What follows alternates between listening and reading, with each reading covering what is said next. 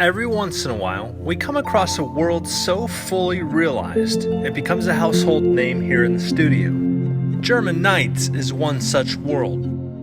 Hi, I'm David, and today on Creativerse TV, we'll look at the art of world building.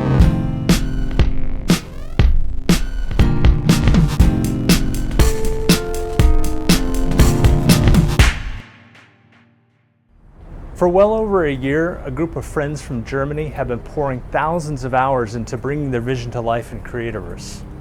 The result is amazing and instructive. Let's take a look and see if we can pick up a few tips. The sheer size of their builds is staggering. But even more than size, what makes their work especially impressive is the way they transform an area into something new and totally immersive. One of their cities starts here, in a shipyard. But they don't just have docks and boats. They've got loading bays, anchor sculptures, cranes, fountains, gutters. None of the original surface blocks remain.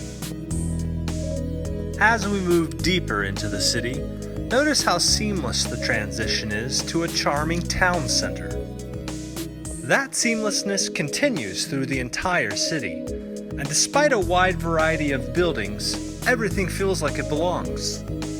Here's a marketplace that goes on for several rows. Here's a lovely neighborhood of matching homes. Nothing is here by accident, not even the grass or flowers. Near the end of the city lies a massive castle, and the attention to detail inside is masterful. It's so immersive that honestly, sometimes I forget I'm playing Creativerse, and instead I'm on a quest in a big open world RPG. You must bring me the tastiest turnip sandwich in all of Maruzva before my belly revolts and overthrows the kingdom. So maybe at this point you're thinking, sure, this is impressive, but what if I don't have a team of builders and a ton of free time? Well, I'm not suggesting you quit your job to build the next German Nights. But if you did, I wonder if you could put architect on your resume. But you can still do immersive world building on a smaller scale. Here's some suggestions. First, use paths. If you've just put in a lot of time on some nice looking buildings, you don't want to let the ground be an afterthought. It sounds trivial, but putting paths between buildings is an easy way to make everything feel cohesive. Next is what I like to call creative realism. Now, realism is always tricky in a voxel world, but you'd be surprised at the things you can do with some out-of-the-box thinking. Like chandeliers, or chimney smoke. And don't forget how versatile death statues are. Next, coordinate your blocks, but not too much. Depending on the look you're going for, some blocks are going to be off-putting together, but you can get away with a little bit of this.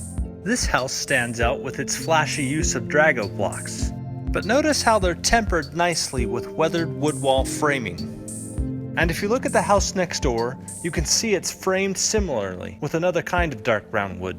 It's just enough coordination that they pair well together without being too monotonous. Let's talk about details. You can spend hours on a building, but it'll still look sparse if you don't add some flourish. For example, this building, instead of being empty inside, is filled with shredded leaves for a hayloft effect. This corner could have easily been neglected, but instead it's a cozy lounge. And I love the way this underground pavilion's been decorated. Finally, stay organized. Keep all your stuff in one place and use some kind of system to remember where things are. You might even consider labeling teleporters so you don't get lost. And when all else fails, build a high-speed fan corridor to move your little dude in style. All this will save you time so you can focus more on actually building.